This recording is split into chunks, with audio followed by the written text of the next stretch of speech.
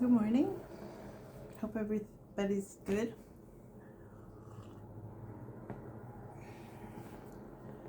So, yesterday I had to take a day off of everything because I realized that I started a new thing about stretching in the morning.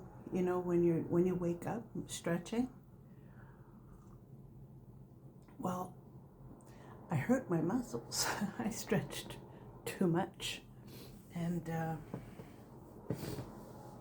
it doesn't make any sense to me now that I think about it.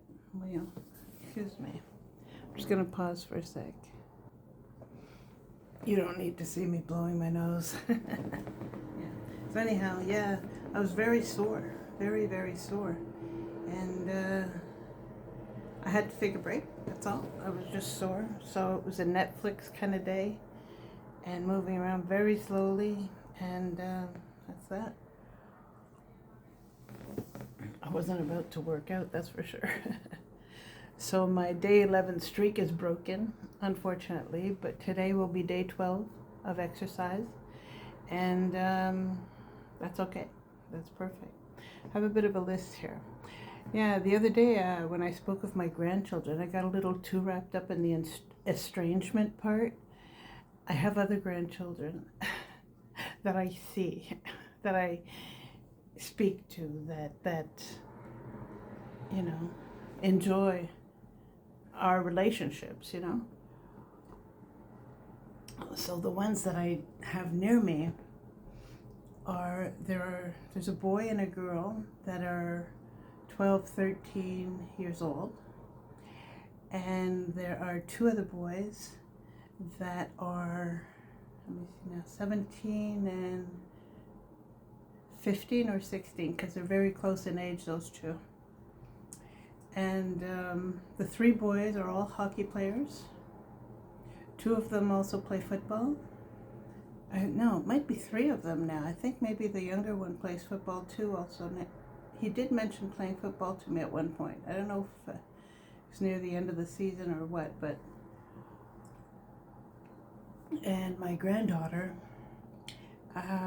she has done karate in the past, and last I heard, she's getting into touch football. Of course, it's winter here, so none of those things are happening, but last season, yeah. Touch football, there was something else. What was it? Oh, I think, yeah, she wanted to start playing hockey as well. So, you know, a lot of hockey going on in Canada. Okay, so, but, you know, I'm preparing a video, a compilation of Lily, because I have a lot of nice videos of hers, and she's given me permission, as well as her parents, to share them on YouTube. It's okay. So,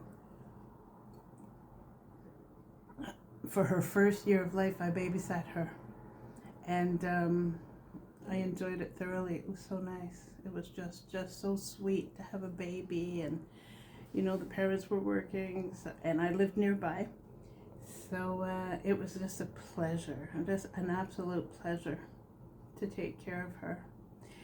And recently she's gotten rid of her glasses, and she's got contacts, which is very, very different. I saw her, when was it, around Christmas? Or no, it was around my birthday. I saw her, and she had no glasses on, and my brother even said, "Hi, my name is Danny, who are you?" He didn't even recognize her. That's how much it changed her. Anyhow, she, you know, for girls at that age, they change so much. It is drastic. They become a little woman, you know, where 6 months ago they were, you know, a child. And it just really, really blows my mind. It's very surprising. Anyways, and then the boy that's around her age, he's, I guess what stands out the most is his height. He is unbelievably tall. He is taller than his two brothers that are 16 and 17 or around there. He's taller than them. When he plays hockey, a lot of children come, they're up to under his armpit, and he's taller than all the refs. So it's a bit outstanding, yeah. And he's sweet, and he's gentle. He's very, very soft-spoken. I'm like half deaf, so I always have to scoot up and, make signs like, because he's so soft-spoken, and I want to hear what he has to say. I find them interesting, I have hearing aids, but they're just horrible. They're horrible. There's no other word for that. Anyways, we'll talk about that another time. But this one, yeah, and he's agreed to be on too, and his name is Zach. You got your Lily, and that's Zach I'm talking about. He's very, very gentle, and he's come out in the past year. He's come out of a bit of a shy shell, and he's talking to us, and he's actually asking questions, and he answers in more than one word, like he actually talks and goes on and wants to share something that he's got set up in his room, and I mean, that makes me so happy. I really, really enjoy that. I really do. And then the other two, they haven't given me permission, or I don't even know I asked, but I will have to. Anyways, the one that's around 15, 16, I think he's going to be 16 this year, actually. Yes, he will be 16 this year. He's another very soft-spoken guy. So soft-spoken, I almost have to have my head right up to him, because it's hard for him to raise his voice. He's that, like, we always say about this one, he's a lover, not a fighter. He's a very, very, like, really, really good hugs and this warm smile, and he really looks right into your eyes when he's speaking to you, and he's not in a rush. It's weird. I don't know if he's mirroring my speed, but it's like I feel like we're on the same speed, and it's really, really copacetic.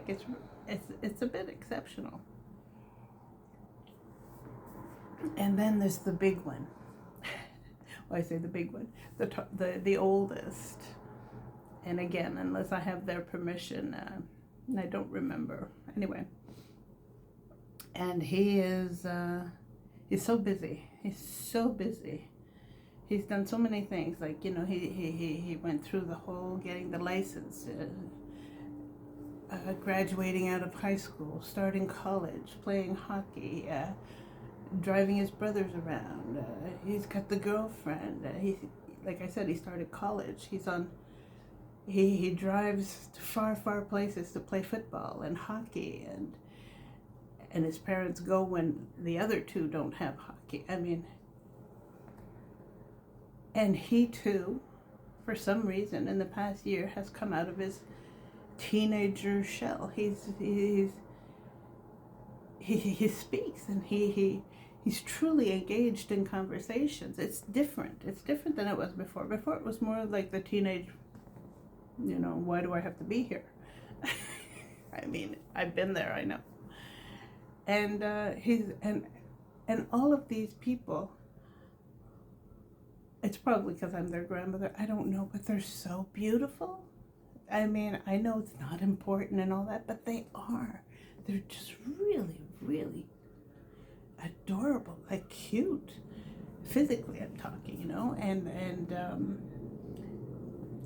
they just are. Anyhow, he's so busy. He's just so busy, and he's driving to faraway places. So sometimes he's just not there when we show up, and that happens. I mean, and for the other guy too, he's working as well as going to school, so it's kind of hard to get to see them sometimes. You might go 2-3 times, and you might see one of them once, but that's good. I mean, they're busy, they've got the energy, and this is they're becoming adults, slow but sure. Anyhow, I love it all, and like I said, there's going to be another one I get to see, a little girl who's coming in April, and her name would be Juliette. And the baby shower is coming up, and I just can't wait to see this little baby. I just can't wait to see her. I don't have, I wish I could be available to them and just babysit all the time like I did for the other little girl, for Lily when she was little. But it's just not a thing that can happen now, because I am a caregiver as well as a grandmother and all this. I live with my brother, and I am a caregiver. And you know, some days I think he caregives for me more. But anyway, it's all right. Now, what else? Yeah, I haven't had to have an Advil yesterday or the day before. I haven't had headaches 2 days in a row or something. Yeah, and I think what really helped was that walk outside. Now, that was not happening yesterday. I was sore. I overstretched my body without being warmed up. This is the thing. I started seeing videos. They said, you know, oh, the first thing you should do in the morning is stretch and do this and do that. And I hurt myself. I really believe that you're supposed to be warmed up before you do anything like that, because your muscles are all like, and then all of a sudden, boom. It doesn't work. It just doesn't work. Not for me, anyhow. Let me see. Yeah, I've managed the video thing. As you can, well, you can't see, you wouldn't know. But this is really the way it goes. This is my right side, and this is my left side. And I'm not even sure if I lose my north too easily. I get dizzy, I did that, whatever. But my point is, this is the left, my left, and this is my right. I'm gonna look at that later and see if it's right, if it looks right on the other side. I can't go there. Yes, I think I mentioned swollen ankles. I don't know. About a year ago, somebody pointed out to me, "Why are your ankles so swollen?" I thought, my ankles aren't swollen. What are you talking about? Anyway, and then I realized that I had been cutting a lot of brand new pairs of socks because they were too tight. And I don't like things to be tight, except for bras. Yeah, so just about all my pairs of socks I've cut. And so yes, I have been retaining fluid. I did see a doctor a while back, and she did mention something about, like, my blood pressure was fine and everything. She did a whole bunch of tests and I was fine. This was my brother's doctor, but I managed to go in and see her. Anyway, and she, what was it she said? Yeah, exercise, get off your keister. That's all part of it. That, it comes a point where there's so many hints all around. You're pre-diabetic. Oh, okay. You gotta start exercising. You gotta watch your diet. So that's all part of that. I've noticed that they're better. And so I'm happy about that. And we'll see what, how this goes. I hope it goes away completely. Oh yeah, so skin cancer. I've had skin cancer. I mean, I was a redhead with blue eyes, yeah, and apparently we're the first on the list to get skin cancer. And I remember as a child, I remember getting sunburns so bad that I would get blisters on my back. And my mother really enjoyed piercing them. She thought it was the best thing in the world at the time. I remember I was happy to make her happy, because it didn't happen often, and but I remember that. Let me see, and then she'd just pierce them, and I would feel the liquid just drip down my back. Well, I ended up with melanoma on my back. Back in 2010. Yeah, we're 2025 right now. So 15 years ago, yeah. And I was operated for that, and it was in situ, which is apparently just, I think it's just the beginning of cancer. You know, you've got stages and all that. That's not even a stage. I think it's like 0. So it was caught early, which was good. And then I had basal cell carcinoma. I was operated for that here. Well, operated, it's just a, how do you say, you know, in clinic. Well, I still had a dermatologist. I don't anymore, but she basically burnt it off. And then I had, what's it called? Squamous around here somewhere, just a small area. And she cleared that away too. So I had 3 different types of skin cancer. And I didn't even know there were different types of skin cancer. There are more than that, but those are the top 3. I remember, anyway, reading a list. I don't remember what site it was, but I did my own research. And so you've got your melanoma, your basal cell carcinoma, and squamous. I know melanoma is first. I don't know about the other 2. They're second or third, whatever. And like I said, I'm half deaf. It came gradually. I also have a tinnitus or tinnitus. Like as I'm speaking to you, there's a fire alarm in my head. And that is just, it's all the time. It's not intermittent. It's not when I'm really tired or, you know, because I've looked into that too. Because if I could turn this off, I think I'd sleep for a week. It's a constant digital sounding fire alarm. It's just constant. Anyhow. And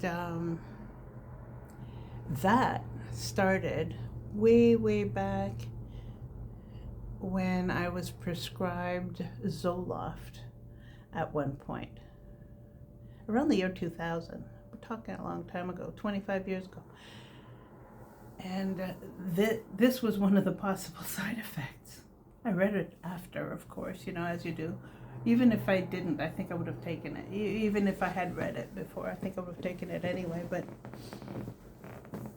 so that's when I think it was a side effect of Zoloft, because that's exactly when it started.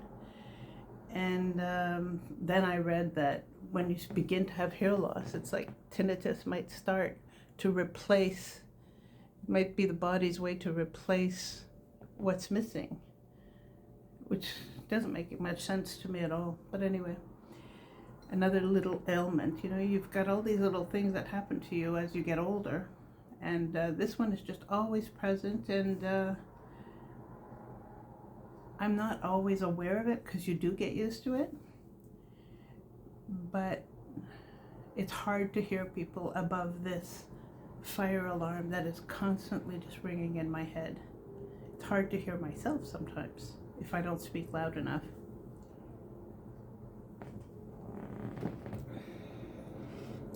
So, having the rest of my coffee, I separated it into 2 cups. It's a 12 ounce, really. Okay, what else? Oh yeah, I did get hearing aids. Your first one in Canada, I don't know if that's still the case, but your first one in Canada is covered by the government. And they covered it. And apparently it's worth $1,500. I'm sure it must be worth like $100. You know what I mean? These things, these electronic devices, I can't believe they're that much. It's just crazy. Anyway, and when I do put it on, it sounds like people are all stuck in metal barrels. Metal barrels. There's like a resonance, there's an echo, it's a ridiculous sound.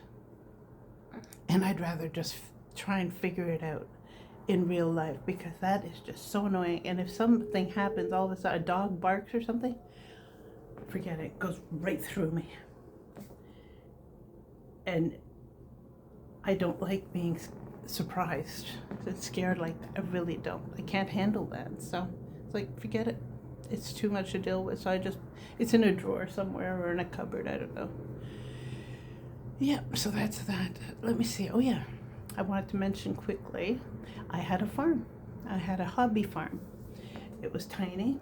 The house was over 150 years old. They couldn't tell me exactly when it was built. And I had 5 acres. And my field was basically growing hay. Really high quality hay, I was told. I didn't know. I mean, I knew nothing about that. But I had my hens that gave me eggs all the time. So much that I even sold some. I raised chickens mostly. That was the biggest thing. I could raise up to 200 chickens, and they were all free range. They ran around. I had 2 dogs, and they never touched one of my birds. Never, ever, ever. And so I get the babies, and I had different houses. Like at first, as babies, they were under a heat lamp, and you could tell if it's cold or hot, because when it's cold, they would all gather near the heat lamp, and if it's too warm or if it's perfect, it would be more even. So that's how I control the temperature of the area they were in as babies. And then I would separate them, and they would live. I had about 1, 2, 3, 4 different areas where they could live, like sleep and that, because they would go in at night, of course. And I raised turkeys.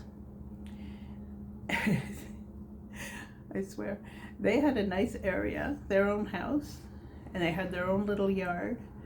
But if I let them out, you had to watch them, because they'd go out on the road. It's a country road, but still, it's a country road. It's a long, long, straight place where people drive really fast. They ended up on the road once, and I kept hearing beep, beep, beep, beep. We cut them off, and that was that. It's like, okay, you're never, because all the other birds would stay in the yard. You know, the ducks. I tried quails once, like really early when I had the farm, and I found that too hard to do. They're fragile. I don't know, they seem more fragile than chickens or turkeys and ducks. Ducks I only did once anyways, and they're so clingy. You know what they say about they think you're their mother. Yeah, they really did. And they tried to come in the house with me, and it was something. But one of the fun things about the farm was that the people that would buy eggs, it became a thing that they would bring their grandchildren. Let's say they bring a little girl called Melinda. And I said, really? Your name is Melinda? It was all a skit, you know? And I said, that's funny, because the birds often spell the letter M. And they would be like, what? And then I'd pour out the feed in the shape of a letter M, and they would all go to eat. And all of a sudden it would be like a big white M in the yard. And the children would be like, wow, and they really, really enjoyed that. So that became a thing. And they always eat, so it wasn't hit or miss. It would work every time. Anyhow, one year I did raise 2 pigs. Broke my heart. I mean, if you want to hear more about that, we'll talk about it. But no, I didn't redo that again. I just couldn't. It was very, very hard. They had little characters, and it was just yeah. And quickly, I also lived in a van for a couple years. I did.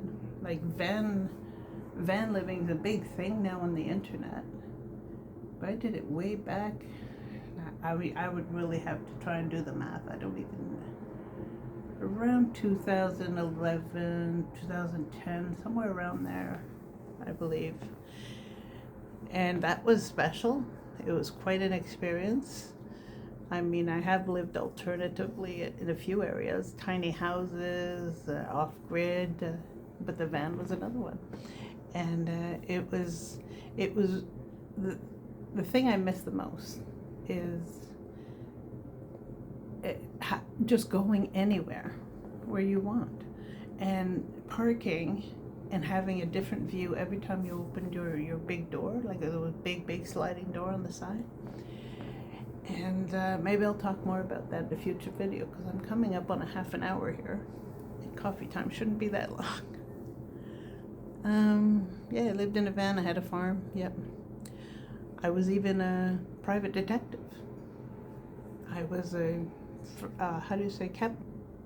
cabinet maker. I'm just touching on things right now. The thing that bothers me a lot right now, the last subject I wanted to talk about was sports. I used to swim a lot. I used to kayak. I used to cross-country ski and snowshoe. As an adult I'm talking, not younger. Younger I played baseball and things like that, but of course I do nothing of those things anymore. And weirdly, I've just realized these are all very individual things. They're not group sports, but that's okay. The one thing that I could get into right now, if I set my mind to it, I could go swimming at the local pool. It's there. I just haven't done it. I think it's because I'm so overweight and just not. There's a lot to carry around, although when you get in the water, you float better. Anyhow, I'm going to wrap it up because this really is really too long for a coffee, morning coffee thing. So hope you all have a great day, and we'll catch you next time. Bye.